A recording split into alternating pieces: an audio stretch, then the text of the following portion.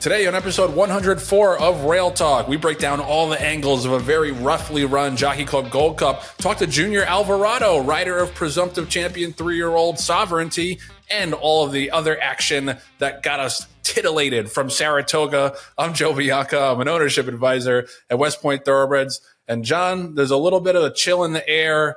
The kids are back to school. And I woke up to a season-ending injury from my New York Jets. Fall in New York is back, my friend. Jonathan Green, general manager of DJ Stable. Joe, I purposely was not going to mention the fact that your offensive line has as many holes as Swiss cheese, but since you brought it up, yeah, it's going to be a rough year for all of New York football. Joe, the other thing that I thought was super interesting is that unfortunately, we're going to have to end your contract with our tree planting company.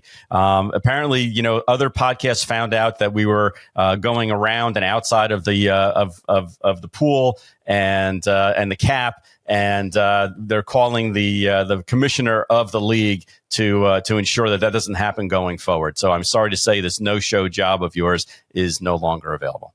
Commissioner Rapoli loves me. I think I'll be okay. But yeah, I also can't shoot a jumper like Kawhi Leonard, so who knows? Start the show.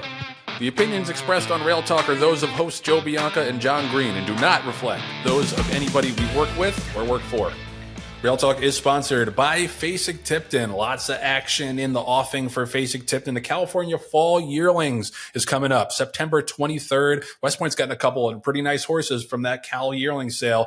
So if you're going to be in Pomona, any part of that area of California, definitely worth popping into the California Fall Yearling Sale. The catalog is online now. Definitely, it's obviously a great place to find horses, but it's a great place to also support California racing and all the people that have California stables and California ownership and have ever had even if you ever had a good time at Santa Anita or Del Mar. This is a great way to show your support for California racing and find a nice horse along the way. So the Cal Yearling Sale is September 23rd. The Mid-Atlantic Fall Yearling Sale is the week after that, and the catalog was just released for the Mid-Atlantic Fall Yearling Sale, obviously, at Timonium, Maryland. Features a variety of yearlings from some of the country's most lucrative state-bred programs: Kentucky, Maryland, New Jersey, New York, Pennsylvania, Virginia, West Virginia. Got a little bit of something for everybody at that sale. Then October 2nd through 7th, we have the October Digital Sale. Entries for that close on September 22nd. Saratoga Fall Mix Sale, the Kentucky October Yearlings, and then the November sale. So tons of action coming up. Go check out Fasig-Tipton.com. Don't miss those entry deadlines. Go check out those catalogs. There's a little, like I said, there's a little something for everybody. That's what Fasig-Tipton does so well, among other things. Check them out. Go find your next superstar horse at Fasig-Tipton. So we averted disaster in the Jockey Club Gold Cup on Saturday at Saratoga. And yeah, like so many of these things, like, it was a little bit ugly, but it could have been way worse. Like I think of Maximum Security in the Derby, when he could have taken out 7, 8, 10 horses, and that would have been the end of racing as we know it. This wouldn't have been, there's not many eyes in the Jockey Club Gold Cup, but this could have been so much worse. And thankfully, everybody is okay and safe and healthy and sound coming out of the race. If you haven't seen it, major bumping in the first 16th of a mile in the Jockey Club Gold Cup. Kendrick Carmouche on Phileas Fogg, or on the outside, kind of rammed into Contrary Thinking, who was the rabbit for Sierra Leone. Contrary Thinking came in. White Abarrio got bumped. White Abarrio then bumped Mindframe, and Irad Ortiz Jr. ultimately fell off of Mindframe and came very, very close to getting trampled by Sierra Leone. And thank God he didn't. And he actually was cleared to ride on Monday, but took off all of his mounts for precautionary reasons. And if you watch the video, it's unbelievable to watch, especially from like the drone angle. Yeah. Where Irad gets bumped off of the horse. He basically gets bumped onto White Abarrio, where White Abarrio had like 2 jockeys on his back for a split second. And then Irad tries to get back on of Mindframe and ultimately can't do it, and then drops to the ground and takes a tumble. And then thankfully Sierra Leone mostly went over him, might have nicked him a little bit. But this was one of those scenarios where it was super scary, and there were so many angles to break down. Some people were talking about, should this have been a no contest race because there were so many horses that were affected?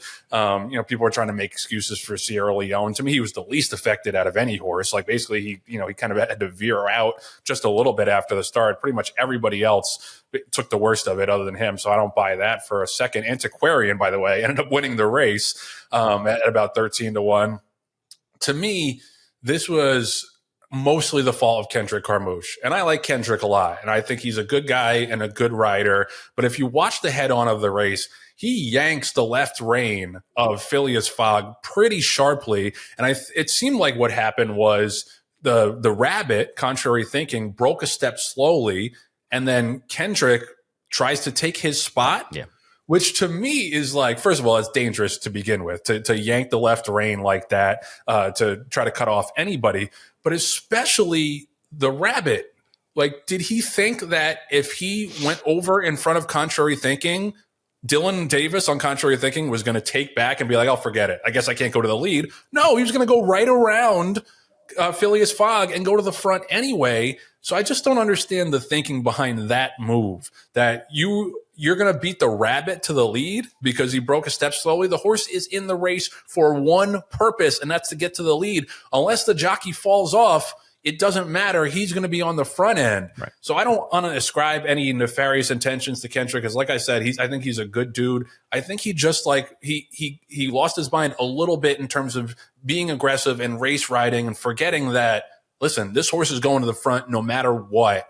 I just got to ride my horse. That's to me what caused this the most. People are blaming Dylan Davis as well. I don't think he did quite as much. Maybe he overreacted a little bit. And if he was on another horse that was actually trying to win the race, he would have just taken back out of there and we would have avoided all of this. But to me, it was all started by Kendrick Carmouche. And Joe, you're right that there was a lot to unpack in that race. Number one, it was a Grade 1 race, at the very tail end of a really wonderful Saratoga meet overall. And the horse that won, was it the one that everyone anticipated? No, the horse was 13-1 for a reason. Did he deserve to win? Yeah, he deserved to win the way that race was ended up playing out. And you and I have spoken, on and off the air a lot about Sierra Leone. And this was a race actually that set up perfectly for him, albeit except for the fact that he had to leap over, or go around a fallen jockey, which isn't easy to do at any part of the race. But obviously in the beginning part of the race, that was the least potential disaster that could have occurred. And then you look at it and you say, what kind of athlete is Irad Ortiz, and also the entire jockey colony for that matter, but in this specific example, Irad Ortiz, for getting knocked off his horse onto another horse and had I don't know if it was quick twitch reaction of trying to jump back onto his horse because his horse was right next to him, or if it was just, oh my God, what's going on? And he actually had that mental thought process of, I need to get off this horse and onto another. I can certainly understand why people are clamoring for, should this have been a no contest or anything like that. I think that they made the right decision by actually allowing it to stand as is. But I can certainly see some of the arguments as far as, hey, did White Abarrio carry two riders for more than a couple of strides? I don't think so based on the video, but did he have technically, twice the amount of weight for a couple of strides? Maybe. But it was just, there was so much going on in the race, especially in the first, 10 strides, 5 strides, maybe out of the gate, that you had to unpack that it really showed me, okay, as somebody who's been in the business for a long time, the athleticism of these horses and of the riders, all athletes that were involved, in order to avoid, really potential disasters. It sucks for Mindframe because he was the second choice, 2-1, in the race.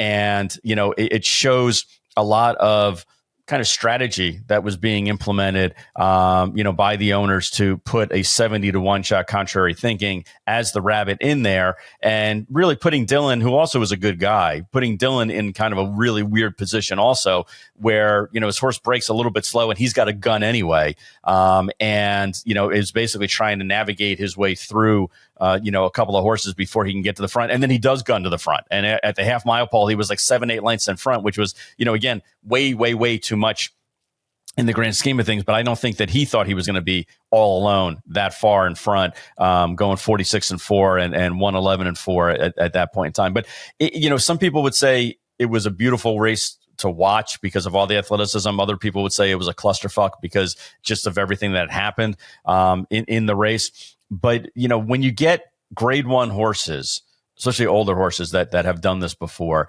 and it's kind of like this win, there should be an asterisk next to it because not all the horses had the opportunity to compete the way that they should have. Now, sometimes that's racing luck, and sometimes you don't have it, and you get boxed in, or the race doesn't set up the way you want, or on the most extreme part, your jockey lands on, is thrown from your mount onto another mount and then tries to jump back on, and everything in between. But I'm thankful that everyone came home safely. I'm thankful that we're going to see all of these horses, as well as some other ones from California that ran this weekend also, together in the Classic. And Joe, it is setting up to be a phenomenal Breeders' Cup Classic this November. Yeah.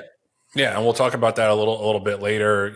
Fierceness was incredible in the Pacific Classic. I was there to watch it. But I want to stay on this just for a little bit. And also, by the way, Junior Alvarado is coming up, and he has a really good observation of this whole incident, especially because he wasn't riding in the race. Right. So he was able to look at it from an observer's standpoint, from an impartial observer, and he has a great explanation for what he saw. So stay tuned for that. Don't fast forward. We got a lot more to say before that interview, but it is a good interview. But I want to drill down on the idea of the rabbit and the place of the rabbit in racing history and today.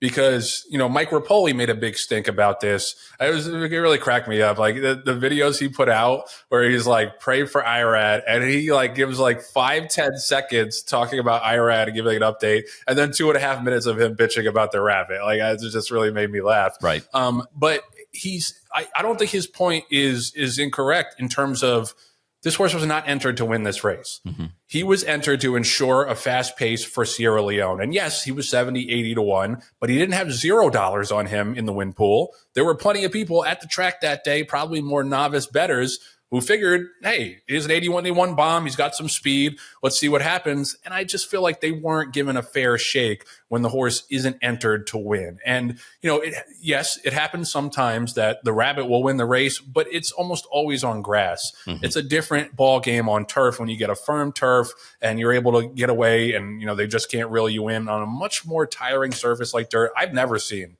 an intentional rabbit win a dirt race. I'm sure it's happened before. Mm-hmm. I personally have never seen it. And I just think also in the era of us trying to protect horses, trying to keep horses safe, it's not a great look to have a horse go out with the intention, basically, of losing by 50 fucking lengths and getting tired and just setting things up for the other horse in the race. At the very least, it should be a coupled entry. I know they're getting rid of coupled entries in New York. I don't know. This is one of those scenarios where he should have been coupled with Sierra Leone. And I don't know. I know there's a long history of rabbits in racing. Mm-hmm. I never feel good about it when you have a sacrificial animal in the race. Mm-hmm. And people are betting on that horse conceivably with the idea that the horse is trying to win. And, and it's, forget about the competitive advantage of entering a rabbit. It's not the rest of the field's fault that Sierra Leone has no early speed. So now you have to go after the field two-pronged for a horse who's a plotter and can't get up if there's not a supersonic pace. Forgetting about that part and just how I think it's a little cowardly to do something like that instead of just putting the horses that are supposed to win or trying to win in the gate and seeing who's best. I just don't feel good from a parimutuel standpoint or from a horse safety standpoint that we're still doing this and we're entering horses in races whose objective is to set a fast pace and then probably lose by 50 lengths and get the fuck out of the way for the horse who's supposed to win. I don't feel great about it.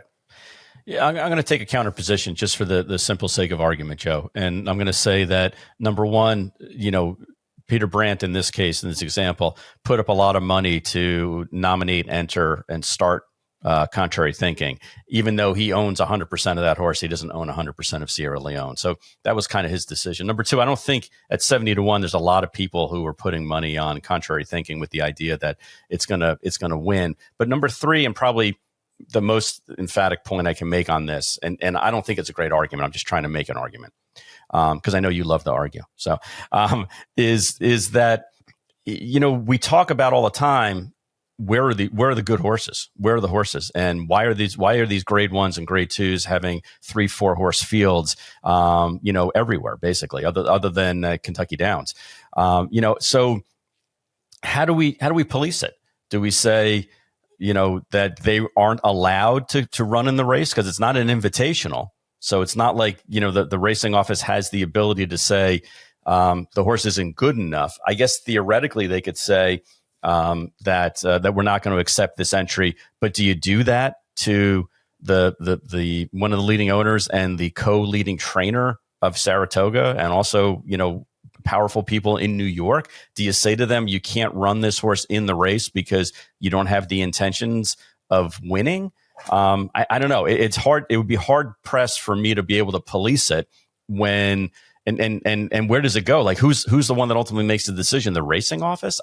I don't know if that's necessarily, precedent they want to set in this kind of a scenario. So I understand what you're saying as far as like, if people's intentions aren't to win the race, then they shouldn't enter the horse, whether it's contrary thinking or whether it's because, hey, the racing office isn't charging me anything to enter my horse in the race, so I'm going to run it and get a free meal, for running, which a lot of trainers and owners do, especially on big race days.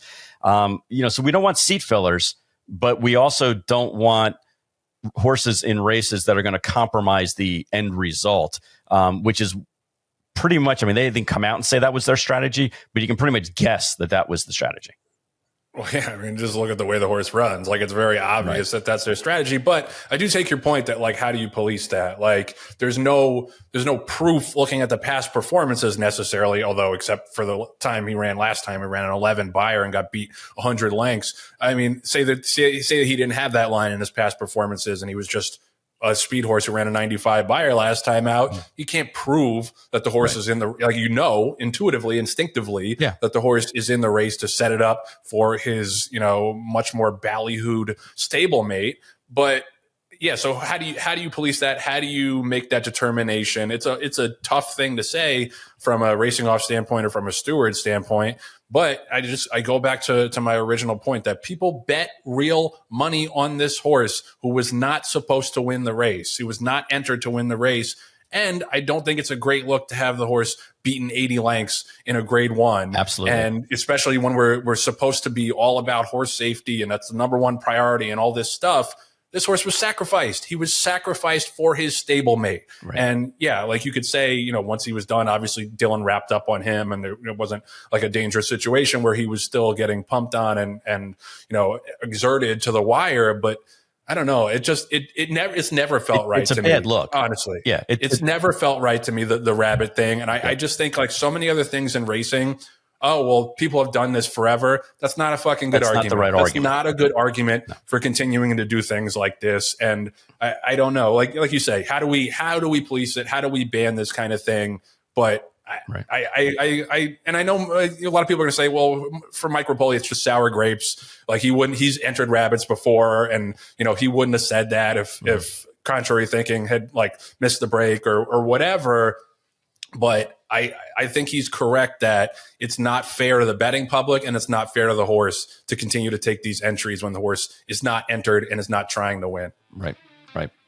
Real Talk is sponsored by Epic Insurance Brokers, one of the nation's top retail insurance brokers, providing expertise across key lines of insurance like property and casualty, employee benefits, and unique specialty insurance. There's no insurance more unique and special than equine insurance. And Chris Moore, our boy, leads Epic's equine specialty practice. You see him all over the place, the sales, the races. He'll probably be down at Keeneland. He'll probably be on the backstretch all fall in Kentucky, and he's down in Ocala a bunch as well. So he lives and breathes this sport and this game, and that's what you want, taking care of anything financial, just like the Green Group. You want someone who is absolutely passionate and loves this game inside and out to be taking care of anything that involves finances with your horses. And yearling season is here. This is equine insurance renewal season. I know I said equine and equine. I go back and forth. Don't at me about that.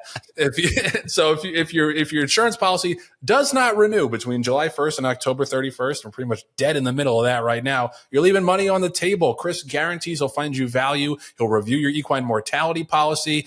Call him up. give him a text at 317-650-4519. He'll find you value. He can unify your policies, get all your mess sorted out. And it's a busy time of year with obviously the yearlings coming up, but then broodmare season selling in November. There's a lot of horses changing hands and a lot of new horses hitting the racetrack for the first time. Chris is the guy and Epic is the company to get that all sorted out. And that leads us to this week's Epic Performance of the Week.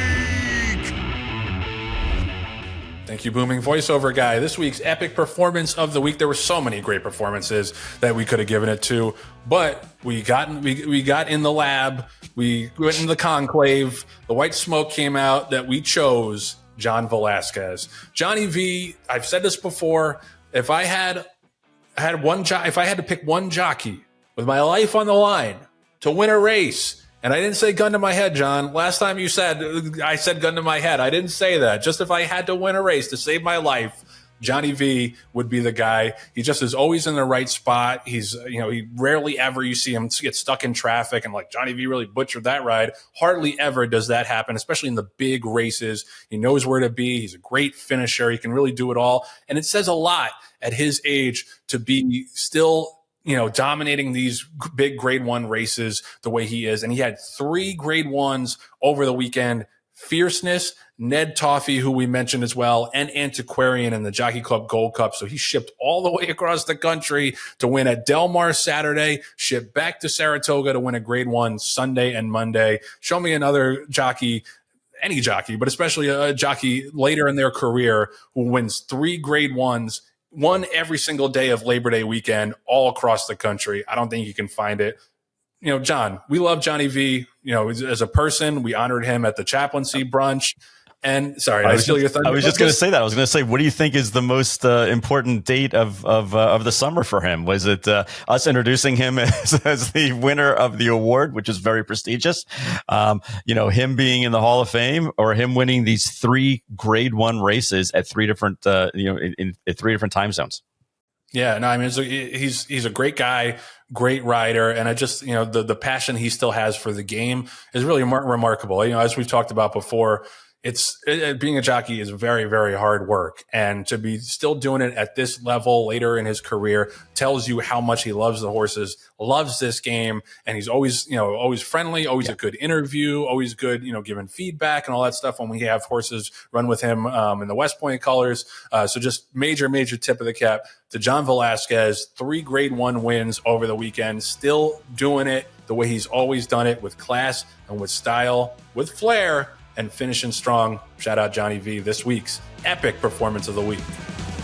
Rail Talk is sponsored by the Green Group, the #1 accounting firm in the horse business. No other CPA firm knows the horse industry like they do. Len and DJ Stable have over 200 horses. They won over 2,600 races. The Green Group's got close to 1,000 clients in the horse business because they make them money and save them taxes. As always, there's a special offer for listeners of Rail Talk, a complimentary, confidential half-hour consultation. Len guarantees you'll get value. Call him up at, what's that number? Michael Agresta, brother of the bride. 732-634-5100. The dulcet tones, the sweet swing of Michael Agresta and his jingles. Love him. Love the rest of the Agresta family. So call Glenn up at that number or go to greenco.com. Do it soon. If you file an extension, you have until October 15th to file your taxes. Do not wait. Call Len up. He guarantees that he'll find you value. He's done it for tons of people in this industry, and you have nothing to lose. As a Rail Talk listener, you are part of that exclusive club that can get this exclusive offer. But you don't have to take it from me. There's plenty of satisfied customers that Len and the Green Group help all across the business. Let's hear from one of those folks. Niall Brennan, tell us about what Len and the Green Group have done for you. I remember, it's going back probably 15 years ago. My bookkeeper in the office finished our taxes, and she was like, gosh, a lot of this is getting, I'm not so sure about some of this. And I said, well, let me call Len. And I called Len and said, my bookkeeper has some kind of queries or questions about these tax returns and that, Len. And he explained it, and he said what he had done and how, and some of the advantages that could be taken at the time. And he just said, but the bottom line is, Niall, that you can be sure at the bottom of that tax return, there's two signatures, yours and mine. So you can be sure that that you're getting the best advice and we are doing it properly. And I said, Len, that's good enough for me. I've never questioned anything that he's advised me to do since. But Len and his son John have so much experience in the business world, but also in the equine industry. They have so much experience that they can relate to people. It just gives them a huge leg up in the industry from a tax perspective. I would highly recommend the Green Group. Thank you, Niall. Niall and the Brennan family obviously have stripes in this game. One of the best horse developers that you'll see at the sales coming up in the spring. Ian Brennan, John broke that news to me, has just opened his own facility, right, John? Yep, and son Colin Brennan, Niall's son Colin, actually moved to Texas and is going to be hanging out his own shingle as well. So Colin, who's a bright young mind, a bright star in the galaxy that we know of this industry, and also good friends with our friend Chris Moore. Yeah, shout out to the Brennan family. It's all on the family here. And like if you want to receive the benefits that they've received from the Green Group and working with Len and the Green Group, call them up at 732-634-5100 or go to greenco.com. Do it now. Right now, this minute. So I am so thrilled to bring this next guest to the Rail Talk studio, the rider of presumptive champion, Sovereignty, Kentucky Derby winning rider, and winner of over 2,200 races, Junior Alvarado. Welcome to the show. Thanks, Joe. Thanks for having me. So glad to have you. I'm so glad that you worked this into your schedule. I always forget how busy jockeys are. I'm like, well, Saratoga meets over. He'll have some time off. And then you're like, no, I'm going out to Kentucky Downs actually to ride. So thanks for fitting us in. Absolutely, yeah. I remember when you tried to get a hold, but like Saratoga, just crazy. There is no day off in the mornings, and the afternoon you're riding. When you're not riding, we'll try to do something with the family. But it is fun time there in Saratoga. Yeah, hardest working people in the business. You guys and the backstretch workers and the trainers, everybody really works hard, but you guys work super hard. All right, let's talk about the big horse. Let's talk about Sovereignty. Obviously, he's been, I assume, a life-changing horse for you. You got the Kentucky Derby win. Can you tell me a little bit about what makes him special and what makes you guys work together so well? Like, obviously, he's super fast and talented, but what is it about him and your relationship that has been so successful? I think, for the most part, I think because I work a lot with Billy Moore and I work a lot with the babies, I help him to develop, he does what he does. But, when I get on the horses, I do what he's not able to do. So trying to help him on the horses, try to understand the horse and give the feedback. And I just think that for that reason, not only work with this horse, but he worked with so many other horses that are right for Billy Mudd. But I remember when I rode it the second time. The first time, they were all happy, but I am saying like, look, I don't want to, get all hyped up. Let me just ride it one more time, second time, and see where we are. We were hoping he was gonna win, but I remember we finished second that day, going first time out going a mile, and he ran very well. We finished a good second, and I remember calling Bill and telling Bill, I think all the 2-year-old that I ever ride for you, this is the best one so far. Like, it's not even close. I think he has got a lot of talent. Like the gallop out after the race, it wasn't even normal gallop out. He was like running through it in the gallop out. So, I was very excited with that horse. And, I think, he probably saw what I saw. He probably knew that maybe even before they meet. And that's when he entered in the street sense the third time out, which I was kind of like worried because I was saying, oh, maybe I say too much. He's putting in a mistake race before even he break his maiden. That's not like Billy Mudd. But, I just think he's a very smart horse. It's a horse that, at the beginning, we knew he got the talent. We knew that he was still far back from what he could show us, and even at the beginning of the year, we won the Fontana View. That horse, it was probably 70%. So, like I said, we knew the horse was just getting better and better and getting faster. And like I said, I don't think Billy had it into a training program yet because he has so much talent that he didn't need to do much with him. And I think eventually that happened when we were heading into the Kentucky Derby. He got into a training. I remember seeing him in Churchill Dam training, and I was like, wow, this horse has never done nothing like that in the morning because I've seen it. I've seen him train, I've seen galloping, and this is not the horse that I know. And it was in a positive move, and like I said, he's just very smart horse and very easy to ride, like I think right now he understands his job much better than by the time that we were in the Derby. Not right now he breaks and put himself right there close to the pace, and it makes my job definitely more easy. The other thing about him that I have observed is he's one of those rare horses that seems to get better as the distances go longer and doesn't seem to get really tired. He just struts his stuff more and more. Have you ever ridden a horse like that who you just felt like could run all day no matter what you asked of him? I think the closest one might be probably Olympia. He was very good, but I think, as a treat, like, he was older horse already. I think he kind of already knew what to do at that point. I think this guy, he's very good at mile and eight, which I think a lot of horses can be still good at mile and eight, but a mile and a quarter, he's still that good, or maybe it could be even a little better, which other horses probably don't get that little extra eighth of a mile. And I just think for him, he enjoys it. That's, the same way. Then he just fast though. Yeah, I was thinking like if the Belmont were a mile and a half, he might have won by even more because he just seems like there's no bottom to him really. Let's take you back to the Derby ride. I thought it was a terrific ride. I thought you moved exactly when you had to, but how did the actual ride kind of line up with the plan going into the race? Like, was that the time you wanted to move, or did you see other horses coming back? Like, how did you decide when to make your move in the Derby? I think, like instruction wise, it was not instruction. Bill Moss said to me, I remember saying it earlier in the week, it's like one thing, it's like you're breaking on the outside. We can both go wide both turns. You go wide both turns, we might as well stay at home. So I had that in mind, like, oh boy, I got to save ground at some point in either the first turn and the second turn. More easy probably in the first turn, since the second turn everybody get piled up. So. Right.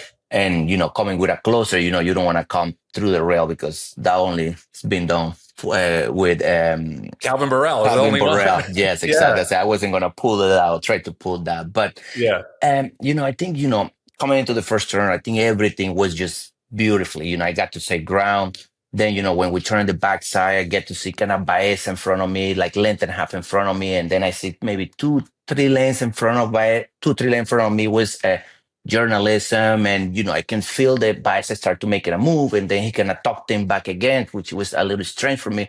And then I ended up seeing in front of me journalism passing the 5 pole, and that's when I said, like, let me just get right, because he's in the clear path, he's in the outside, he's gonna make his move whenever he wants. I just want to make sure I'm right by the hips. I don't want him to get away from me, and that's what I did. I just put myself right there, and right when we get a little before the half a mile, he started picking it up, and I'm just kind of like creeping him right behind him, and making my move kind of quietly behind him, and right turning for home. I put my horse in the outside. He takes a good 16th of a mile. You start kind of riding, trying to get into the rhythm, and once he gets that first 16th of a mile, then he has that good explosion finish, and tipping him the outside, and like I said before, we hit the 8 pole. Like I could feel like everything starts slowing down. I knew I was about to win the Kentucky Derby.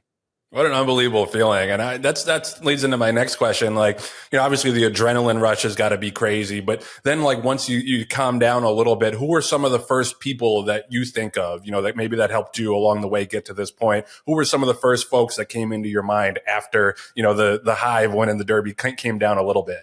No, it was just my family. I was just like, I think right when I passed away, I thank God for the first thing I did. But then, I just was thinking, like, we were, my wife, we were my kids watching me, like, like I just wanted to see their faces. Like, we just won the Kentucky Derby. I want to see their expression, because like I said, they knew it was my dream, but actually it was their dream too. And they know that the work that we've been putting for over probably 20 years to try to get somewhere close here, and yeah, they were the first one that that kind of come to my mind. Then like I said, and that process and the gallop out, there's so many things that start rushing through your head, like a lot of ups and downs, a lot of people that help you, a lot of obstacle, a lot of bumps that you go through your career, and that's what I think it makes it so special, because like I said, I was very fortunate to 2 years ago win the Saudi Cup, the biggest race money wise, but feeling wise, it wasn't even close. The Kentucky Derby just bring you so many good feelings. It's just something like I said, I still can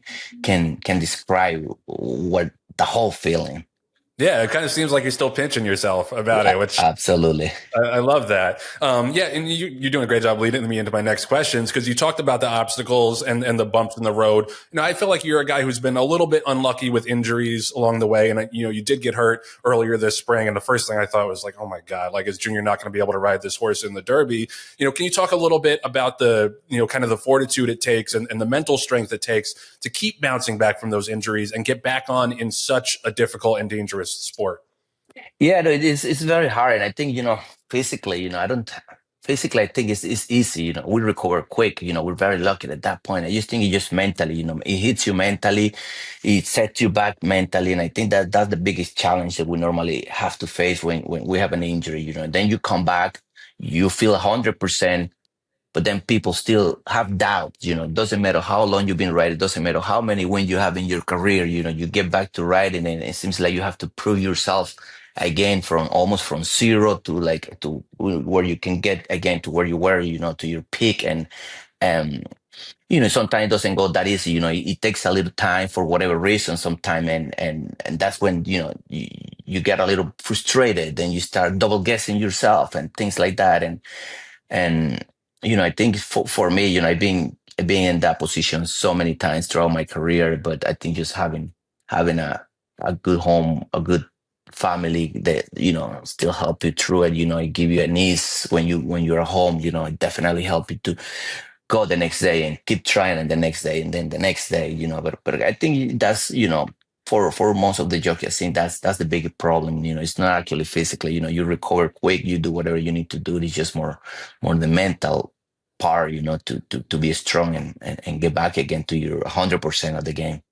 Yeah, no, 100%. You've done a great job bouncing back from all those injuries and made the Kentucky Derby, I think, even more well-deserved. I'll take you back a little bit, back to your days riding at Arlington Park, because I remember watching you back then and, you were winning meets left and right, and we all miss Arlington Park, first of all, but it just always seemed to me like you were destined to ride on the bigger stage. But that had to be a really tough leap to make, when you came over to New York. What made you make that jump, and what made you feel like, okay, now's the time where I'm going to go, ride with the best colony in America? I was I remember when I moved from Florida to Chicago, I started riding in Chicago. My first year, I did pretty good. And the second year, I think that's when I finished second in the standing. And I always was looking like, I thought like, Arlington at that time in the summer, I think it was Saratoga, Del Mar. And I felt like Arlington was almost like the third biggest track in the summer at that time. So I said, if I can get to be top leading jockey here for a few years, I think, a lot of people will see me, and then I can probably make my move either to California, to New York. I felt always more New York because I felt like most of the good horses always were in New York, in Saratoga in the summer. And, I remember one year, I think it was maybe 2010 or 2011. I got a horse. I was 2010. I got a horse to ride in Saratoga from Arlington, from Chicago. Went to Saratoga, rode a race. The horse was, I think it was second favorite, something like that. But I felt so out of place riding in Saratoga with all those big jockeys. I was like, oh, let me step back a little bit. It's like, I thought I was ready. I thought mentally, like I wanted it so bad, and so like this is gonna be my opportunity, and then am I gonna stay? And no, I wasn't even close. I said like, wow. I mean, those guys are on another level, and at that point I was leading jockey in Chicago, but riding with those guys in one race, all of them together, I said like, yeah, I'm not ready yet for this. And like I said, I had to regroup, went back to Chicago, keep riding in Chicago. And, I think 2011, I said, like, let me just start going in the winter, which is like, it's a little easy. A lot of the big jockeys that go to Florida. Let me start trying that. And, I did that. Then by the time the spring come, I came back to Chicago. Then, for 2012, that's when, I was thinking, it's like, well, am I going to try again the winter? Actually, I was talking to Eric Reed, which was the trainer who helped me to find the agent that I'm still working with, Mike Salito, and he says to me, yeah, you can come here. And I went in the winter, we did pretty good. And then I remember I was planning to come back to Chicago, and he said like, no, you have to stay here. It's like, you go back to Chicago, we're not working more together. It's like, you have to, you're the caliber for these jockeys here, but you need to stick it up. Those guys are gonna come back from Florida, and it's gonna be tough. But it's like this is like you cannot go back to Chicago. You have to stick here and like tough it off. And I ended up doing that, and many The many rest is many years history. later, we're here. Yeah. No, I mean, and I always say, like, anybody that can stick it out riding at Aqueduct in the winter is a tough guy and deserves to make it in New York. I think of other guys like, Dylan Davis and Kendrick, guys that have stuck around in the winter and gained business in the spring and the summer because of that. So yeah, that's a great point, a great stepping stone. You mentioned your agent, Mike Solito. Obviously you guys have had a great long-standing relationship.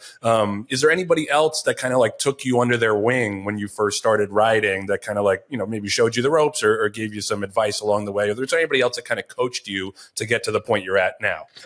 No, I think you just working with Mike a little and, with Billy Moore at the same time, always was the help. I remember, my first probably 4 or 5 years, I never got to ride the big horses for Mr. Mod, but it was very still important to ride the daily basis horses for them. And I got I made a good, friendship with Javier Castellano and Ramon Dominguez. And, I think, I was watching Ramon a lot, he was kind of like the king and Aqueduct, and I think I learned a lot from him to, what to do, kind of what to keep doing every year after that.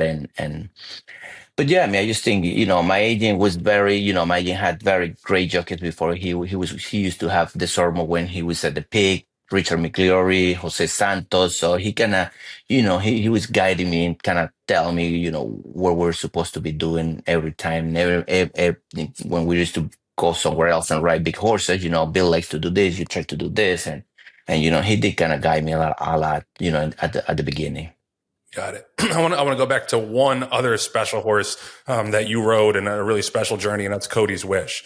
Obviously it was a horse that gained a lot of attention because it's a story behind it and Cody Dorman. How much did you feel that along the way? Did you feel like any kind of extra, I don't want to say pressure, but did you feel any kind of extra weight going into those races with Cody's Wish, knowing like the entire world was rooting for this horse? Yes, that's been a whole different thing for me, and it's funny because I was uh, mentally I wasn't good at that point. I remember I just come out from a couple like head injuries, and I was moving to Florida, and then this horse was open the Derby day, and Belmont, so I got to went to Belmont and ride the horse, and since then, I pick up the mount. But I think it wasn't too much of a pressure at the beginning, and then I think after the forego, that's when everything started clicking. Then I can see there was a big, everybody like paying attention more and more and more, and yeah, it turned to a different pressure. It was not the regular pressure you get every day or the anxious. It just was something different, and like I said, like every time I see the entry, so I felt like, okay, this is the last workout for the horse. The horse gonna go run next week, and like I almost felt like I didn't even have appetite the whole week when I was leading into the race. Wow. It's just like a lot of pressure. I'm start looking at the races, like what can I do so I don't mess this up? Like because everybody's watching. People they know the business, people that don't know, people that are very related with horse racing, and they're not. They're all looking at this horse and.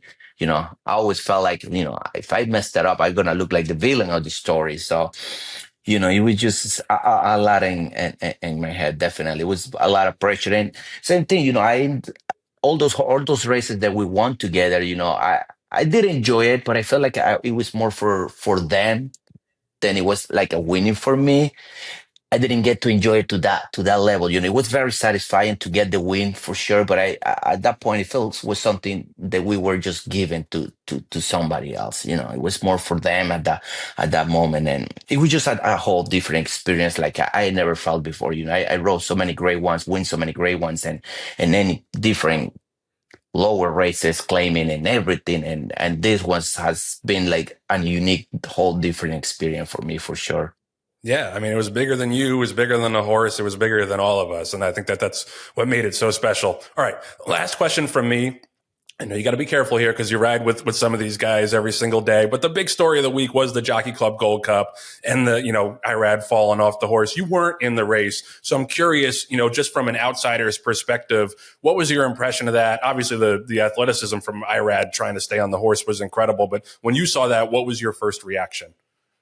Yeah, it's just you don't want nothing like that ever to happen. But it's like I said, but especially in a big race like this, you want to make sure everybody gets out of there and do their best with their horses, get the best chance to see who is the really best horse in the race. And when that happened, I was like, oh no, I couldn't really tell right away who was it. I could see from the side shot that Kendrick pull his horse in right away at the beginning, but at some point I never felt he had contact with Dylan neither. So then, when you watch that head on, you can see a little bit more of what happened. It's that, Kendrick comes in very aggressively. He never got to Dylan, but, if you're in Dylan's position, you kind of like, whoa, Right. going away from him because like he's coming so aggressively, he's going to knock me off the horse. And at the same time, Dylan, probably not going to say he wasn't aware. You was just like, at the moment, you don't get to think too many things. You have to react. That's the thing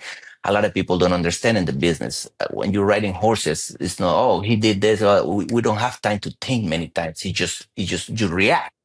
And I think that's when Dylan did it. And he ended up kind of putting a little more pressure in the horses inside. And sadly that happened, thank God, Irad Ortiz, he's good. He came the next day with him in the junction. He was very good. That, like I say, people don't understand how athletic we are. Like we're really unbelievable. It was crazy how he was in one horse. He's still trying to pull his horse. And I was like, what you get? It's like I was unlucky that I was holding to the inside rein, because if I would have been holding the outside rein, I would have pull it toward me, and I would have might be able to get on. It's crazy when I'm talking to him. It's like you still were thinking try to get on the horse when I'm like at that point I might even just thinking how are we gonna land right now, because I'm Right. I'm off the horse already. But that's the adrenaline. That's everything goes through your head. You don't want to touch the ground. That's the main thing. When you're on a horse, you try to reach for everything you can to try to stay in the horse. And same thing for Edgar Zayas. I mean, he was like probably 3/4 of the horse too, and then he came back and pull himself on it. It was a little bit of a crazy race. Just a little unfortunate that we didn't get to see. I wanted to see Mindframe because I think he's one of those main contenders in the class again. I would have loved to see him run, with a clear shot to see where we're standing with him. Yeah, no, it's a great analysis of it. And yeah, I feel like if Irad had been able to get back on that horse, that would have been one of the most athletic things in the history of the world right there. But thankfully, everybody was okay. Nobody got seriously injured. Junior Alvarado, man, I always tell you're a great guy, a great jockey. And now I know that you're a great interview. Thank you so much for the time, brother. This was fun. No, thanks, Jordan. And like I said, sorry about it. We've been trying to get this to work, but it's been a lot of work. Yeah, no doubt. No apology necessary. Thanks for making the time, man. Absolutely. Thank you. Rail Talk is sponsored by TaylorMade. It's busy season for the TaylorMade family. Keeneland September is right around the corner. Starts next Monday, September 8th. And as you know, they are the leading consignor at pretty much every single major yearling sale. And John told me that they have at least 50 horses cataloged for every single day of that marathon sale. That's awesome. That goes to show you that, it's not just the book one horses that they're interested in. They can sell a horse and, realize a really nice return for you from book one all the way down to the end of the sale. They're going to make sure your horse is marketed the best, is presented the best, and, they're going to treat you like like your family. And they've done that for John and DJ Stable. They've done that for so many people in this industry. They are the number one shop to stop at for yearlings. Several hundred horses coming up at that Keeneland sale. So make sure to check them out. Go to tailormadefarm.com. You can also check out the stallions. You can check out their boarding opportunities and their partnerships. But this is game time for the Taylor boys and the TaylorMade crew. So good luck to everybody at TaylorMade. Go check them out. Like I said, there's no better place to find your star yearling or to sell a star yearling than TaylorMade. And check them out at that upcoming sale. Plenty of options to choose from. You know, we talk so much about how good these 2-year-olds are, and that it's that time of year for these 2-year-olds to take that next step and start to graduate and move forward as these Breeders' Cup races are all starting to, the preps are all starting to come into focus. Well, I saw a horse, and I know you and I talked about her, Time to Dream, a Not This Time filly that was purchased at the Fasig-Tipton Saratoga Select Sale for $750,000 last year, is now undefeated in 2 starts. Won very impressively first time out. Didn't quite get the numbers that would make it crystal clear that this horse would be eligible to be a Rail Talk citation. But then Time to Dream said, hold my beer, and went out and won very impressively. Broke last from the rail. Irad Ortiz did a marvelous job of moving her up, amongst traffic, like kind of going through traffic like it was Midtown Tunnel time, and Irad was on the moped going around and just won by open lengths. Very impressively, and Not This Time filly, like I said, owned by Mike Rapoli, trained by co-leading trainer of Saratoga, Todd Pletcher. And Time to Dream is a horse that you want to watch, whether she shows up in the Jessamine opening weekend at Keeneland or in the Miss Grillo right here in New York on the 4th of October. This is a filly that you want to watch because she has got more black type wins in her. You heard it here first. Time to Dream, the newest Rail Talk citation. So there's plenty of other great racing over the weekend all across the country. Saratoga, Del Mar, Monmouth Park, as John just reminded me. I'd like to start with Del Mar, not just because I was there and the show is all about me, but because I think that the most impressive performance of the weekend, and there were a lot, was Fierceness in the Pacific Classic. Because I get that on paper it was a 2-horse race between him and Journalism, and it ended up playing out that way. But the way he veered in soon after the start, I thought he was cooked. Yeah. I thought he was done at that point. And I was like, man, Rapoli's going to have a shit storm of a response to this. He shipped all the way across the country to get eliminated at the start. And it didn't matter. He punched through at the rail, fast pace, and was never, ever letting Journalism get to him. And, there's more to be said about what this means for the championship hunt, whether or not this locks things up for sovereignty. I think it does. I think even a classic win for Journalism probably wouldn't be enough at this point to overtake him. He had to win on Saturday. But Fierceness was just crazy impressive. And for me, if it were my horse, I would keep him out there. He's like, he loves Del Mar, obviously. He ran so big in the Classic last year. He was clearly best in that race. This was, I thought, the most impressive performance of any handicap division horse this year was his race on Saturday. And he can be a quirky, funky horse. Yeah. Why not just leave him there? I get that Todd Pletcher doesn't have a barn, but Mike McCarthy is his former assistant. You could keep him in that barn. I would just, leave him there and try to get him right for the Classic, because, John, if he runs that race in the Classic, I don't think anybody's beating him. No, it's game over. And how long have we had the conversation about which Fierceness is going to show up? Is it the good one or the bad? Well, this year he's been the good one. I mean, he's been more the good one than the bad one, really. He has not been the quirky kind of horse. I agree with your sentiment that that obviously likes that racetrack out there. He enjoys and thrives in that kind of an environment. I'm not sure I'm necessarily closing the door on Journalism not being able to win the 3-year-old of the year or even horse of the year, although it is getting very much more difficult for him to do so. I think that a lot of the voters are going to, if Journalism were to win the Classic, I think a lot of the voters would be like, well, that's the most recent race. He beat all the older horses. And he was really the only 3-year-old, not really, he was the only 3-year-old, obviously, in the Pacific Classic, and no 3-year-olds were in the Jockey Club Gold Cup. Now there's reasons why, obviously, because the Travers was just the week before, and a lot of the top 3-year-olds went in there. But I can see the argument of, we're going to leave Journalism home here in California. We're going to run him here in his home racetrack in the Pacific Classic against older horses. He ran a very respectable second, I thought. And again, would I necessarily vote for him as horse of the year if he wins the Classic? I don't know. It would be a difficult thing. Thankfully, I don't have that burden of having to vote.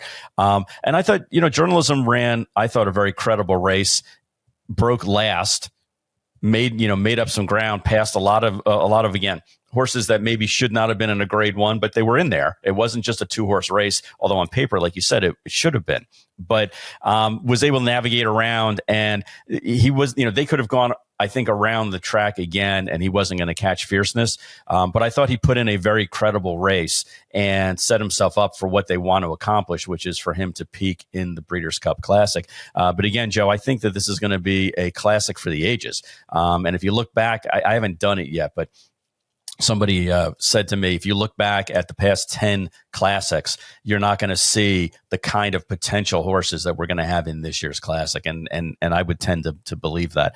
You picked out a race in California that I thought was an exceptional race. I'm going to pick one out at Kentucky Downs. And it's not even a distance race, and it's not a dirt race, obviously, and it's not even for the boys. It's AG Bullet, Joe, winning the Never Say Die Ladies Turf Sprint, albeit grade 2, but a $2 million grade 2, and broke to the front and just never, ever looked back. It's the back-to-back time that AG Bullet has won that race, and simply amazing. And I was there. I oohed and awed when I saw that horse. I think I even texted everybody, "Wow, holy shit," because it was just such an impressive race. And granted, it was with the bias. Everything that broke on top, pretty much had a real good chance of winning that day. It happens every year now. Happens every year. Every year. Yep. And the timing was all screwed up as far as, getting the splits. Was it 22-4, 44-2, 107? Like, the splits were way off on all the races that day. But just as far as the eye test goes, AG Bullet was really impressive. And it's too bad that we can't give her a citation because she aged out of it. So she's not eligible for that. But I thought that was really, really cool. Joe, since we're going to do this in a snake, I'm gonna go to Tommy Joe and winning the Spinaway by a pole practically. I mean, another spendthrift homebred into mischief who had not one, not two, but 3 grade 1 winners in the past 10 days, Joe, with Sovereignty and the Travers, Tommy Joe in this Spinaway that we're talking about, and Ted Noffey, which always throws me because the guy's name is Ned Toffee and he's a super guy for Spendthrift. But his almost namesake won the Hopeful. But Tommy Joe widening with every stride and winning that race. I thought it was kind of funny, Joe, that 2 horses, dead heated for last. They actually put that in there. They actually said, okay, you guys tied for last. We're not going to delineate between the 2 of you in the Spinaway, which I thought was pretty peculiar. But Tommy Joe's neither race of them were rabbit. Was that? Neither of them were rabbits. Yeah, neither were rabbits. Irad didn't try to jump from one to the other. It was quite a normal race in the grand scheme of things. But yeah, that was an impressive victory. Tommy Joe, Spinaway. And also speaking of rabbits, I just want to correct sort of something I said before that apparently contrary thinking was only beaten 12 3/4 lengths in the Jockey Club Gold Cup, but the point still stands. He wasn't entered in that race to try to win it. Anyway, going back to journalism real quick. I said I think that now Sovereignty is going to be champion. I think even if journalism wins the classic, maybe if he really dusts Sovereignty, then you get some different votes. But regardless, I got to give a tip of the hat to the connections of journalism for the campaign that they have put him on. Yep. He won the San Felipe. He won the Santa Anita Derby. He ran second in the Kentucky Derby. He won the Preakness. He ran second in the Belmont. He won the Haskell, and now he's run second in the Pacific Classic against older horses. Right. And then he's still got another date in the Classic, if not another race between now and then. That by today's standards is a war horse, a horse that's able to stand up to that much travel, that much racing against the top competition in the country. So no matter what happens, he'll be unlucky and he'll finish second in a very, very, very tough 3-year-old division this year. But I just got to give a lot of respect to the connections and trainer Michael McCarthy for the campaign that they've given journalism. I want to touch on the Hopeful as well. That was a race that, if you hadn't shown me the race and you said horse run by 8-9 lengths in here, I would have assumed it was the Baffert horse. Yeah. Just the way he was bet and how impressive he was out there and how he'd been working and Baffert shipping him all across the country. I would assume he was the one with the blowout win. Ned Toffee was unbelievable in that race. And we had curtain call. West Point had curtain call in that race and turning for home. They were head to head with Ned Toffee. And then he just exploded away. Unfortunately, we lost the photo for a second to Butane, but we were really proud of how he ran. But John, I think there's now a clear leader in the 2-year-old division, at least east of the Mississippi. I know It's Our Time had that 90 length win at Saratoga, but that was a maiden race. Ned Toffee to do that in a race like the Hopeful incredibly impressive. And I think a lot of people are going to be trying to duck and dodge him with some other 2-year-olds going forward, at least heading up to the Breeders' Cup, because that was the one other than, and what a weekend it was for Pletcher and for Spendthrift and for Into Mischief and John Velasquez, who we're going to get to. I mean, this was a stellar weekend for those connections, but I thought the two most impressive races were Fierceness and Ned Toffey. Those were both incredible performances. Ted Noffey. I know. I'm going to do it. I'm going to keep doing that. Yep. Like you're right. It's hard to keep that straight. Yep. But also I want to mention the Saratoga trainers race as well, because the jockeys race was over a long time ago. Irad Ortiz wrapped that up weeks ago. He could have missed the entire final week of the meet, and he probably still would have won that title. But the other jockeys would have liked that. They were like, "We'll fly you anywhere you want to go." Seriously, please, anywhere. But it's like when Bugs Bunny would send somebody, and the twos just says to anywhere but here. Like that's what they would have done for Irad Ortiz, shipped him anywhere but here. But no, I thought the trainers race made it really interesting going down to the wire. And of course, Chad Brown, blessed that he is, gets up by a head in the last leg, the last race of the meet, to tie Todd Pletcher for the training title. Linda Rice put up a good fight as well, but I thought that gave some intrigue, at least coming down all the way to the wire at Saratoga. Yeah, and just to put a bow on Saratoga, I mean, you look at the babies and how much they made a difference in the in the title, because Linda's primarily a claiming trainer, and she has won. She has been the leading trainer at Saratoga, but with that strategy, obviously Pletcher was helped tremendously by 2-year-olds. But what about Tom Amos and what a year he had with his babies? I think somebody wrote, I didn't double check, but he had 10 2-year-old winners. Wow. I mean, that's incredible. That is incredible to think about that he had 10 2-year-old winners already. And just the kind of group that they are amassing, over at his barn. So he is going to be a barn to watch also when we start getting to Keeneland, Churchill and Keeneland, and then hopefully in these 3-year-old races. But, it was the usual suspects that won, big, not only the training title, but also in some of these big races. But Ted Noffey with a 98 buyer. Originally it was a 92 buyer, and they changed it to 98. Yep. That was a wow, never in doubt kind of race. And I'm a sucker for gray horses, but I'm a real sucker for Strawberry Roans. And that's all coming from the female side of Old Fashioned, who stood at TaylorMade. Oh, did he? Wow.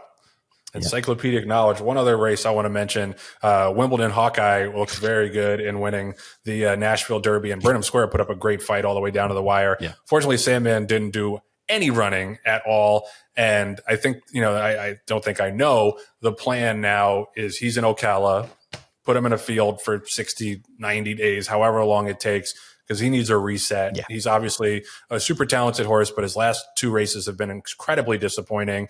And I still think with his pedigree and his style, he's the kind of horse that's going to get better as he gets older. Now he just needs a little bit of a regroup. So anybody that was wondering about Sandman, he's gonna get a breakdown in Ocala. But the first 2 put on a show, and it was. I love that the Euros came over, even though they weren't running for the whole $3.5 million. It's still a lot of money. Yeah. And Wimbledon Hawkeye was very impressive, and a great day of racing, great weekend of racing, really great capper to the summer all across the country. Yep, and nobody was happier to see Wimbledon Hawkeye in the winner's circle than the KTDF for not having to put up $1 million to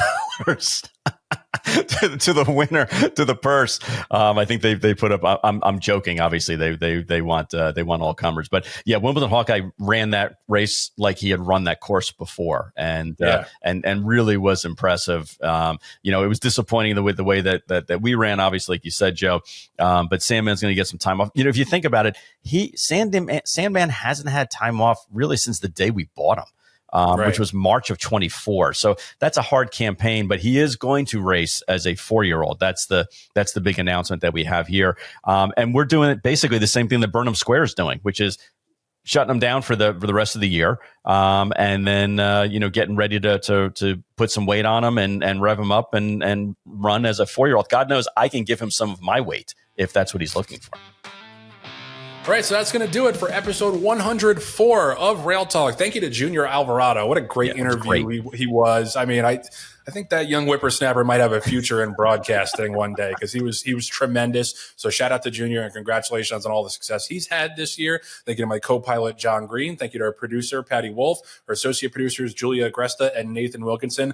Quick programming note, we will be off next week because of the September sale. John's going to be pounding the pavement. I'm going to be selling those chairs and horses. So we're going to be busy, a little too busy next week, but doesn't mean we love you. You know, we'll be in touch on the YouTube comments or the Twitter page or whatever. But the next full show will be 2 weeks from now, roughly the week of September 15th. So we'll look forward to seeing you then for episode 105. Thanks for watching. We'll see you soon back here. Oh, subscribe. John's pointing at the subscribe button. Good boy, John. Patty will be very proud of you. We're almost at 25,000, Joe. That's 100% true. And didn't we promise something for the 20,000 subscriber? I don't know if we actually came through with that. I think we said they'd be able to do a cameo on the show, right? Wasn't that the deal? Oh yeah. Well, so we'll figure that out. Anyway, subscribe to the show on YouTube, Apple Podcasts, Spotify, Audible, wherever you get your podcasts. Help a brother out. Help your brothers out. Join the Rail Talk family. We love you. We'll see you in 2 weeks back here on Rail Talk. Itsy bitsy spider time.